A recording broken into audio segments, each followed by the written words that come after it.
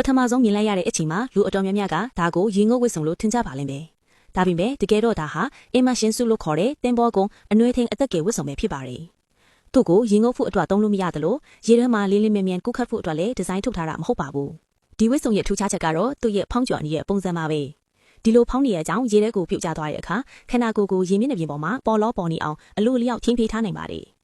အချို့ model တွေမှာဆိုရင်ခေါင်းနောက်ဖက်မှာလေးအိတ်လိုမျိုးခေါင်းအုံးလေးတွေပါဝင်တာကြောင့်တတိလေးသွားရင်တောင်မျက်လာကရေထဲမိနစ်ပဲအပေါ်ကိုမော့နေမှချက်လို့အသက်အန္တရာယ်ကနေကာကွယ်ပေးနိုင်ပါတယ်။ဒီဝစ်စုံကိုနိုင်လွန်ရေလွန်ပိတ်သားနဲ့ရောဘာနီယိုပရင့်ထည်ပေါင်းတီးနဲ့ပြုလုပ်ထားပါတယ်။အဓိကရည်ရွယ်ချက်ကတော့ရေခဲသမားအေးဆက်နေတဲ့ပင်လယ်ရေထဲမှာခန္ဓာကိုယ်အပူချိန်ကျဆင်းသွားတဲ့ဟိုက်ပိုသာမီယာဝေဒနာမထိအောင်ကာကွယ်ပေးဖို့ပါ။အထက်မှာအနှွေးတဲ့အထူးကြီးလေးဝတ်ထားရင်တောင်အပေါ်ကနေတိုက်ရိုက်စုပ်ဝေလို့ရအောင်ပေါ့ပွားရောင်ရောင်ဒီဇိုင်းလုပ်ထားတာမို့အကြီးပေါ်အချိန်မှာအလွယ်တကူဝတ်ဆင်နိုင်ပါတယ်။အခုနောက်ပိုင်းမှာတော့ခရီးသွားလုပ်ငန်းတွေကဒီဝစ်စုံရဲ့အစွမ်းသက်တွေကိုအသုံးချပြီးစမ်းသစ်တဲ့ခရီးစဉ်တွေဖန်တီးလာကြပါတယ်။ဝင်ရိုးစွန်ဒေသတွေလိုရေကဲနေတဲ့နေရာတွေမှာဒီဝစ်စုံကိုဝတ်ပြီးရေထဲမှာပေါ်လောပေါ်ရင်အပန်းဖြေတဲ့အစီအစဉ်တွေကခေတ်စားလာတာပါ။ဒါပေမဲ့သူ့ရဲ့အားနည်းချက်ကတော့ဝတ်ထားတဲ့အချိန်မှာလှုပ်ရှားရတာအရန်ခက်တာပါပဲ။ကုန်းပေါ်မှာလမ်းလျှောက်တဲ့အခါပင်ကွင်းလေးတွေလိုတုံတုံနဲ့ခုံပြီးသွားနေရတာမို့ကြည့်ရတာအရန်ကိုချစ်ဖို့ကောင်းပြီးရေစရာလည်းကောင်းနေတတ်ပါတယ်။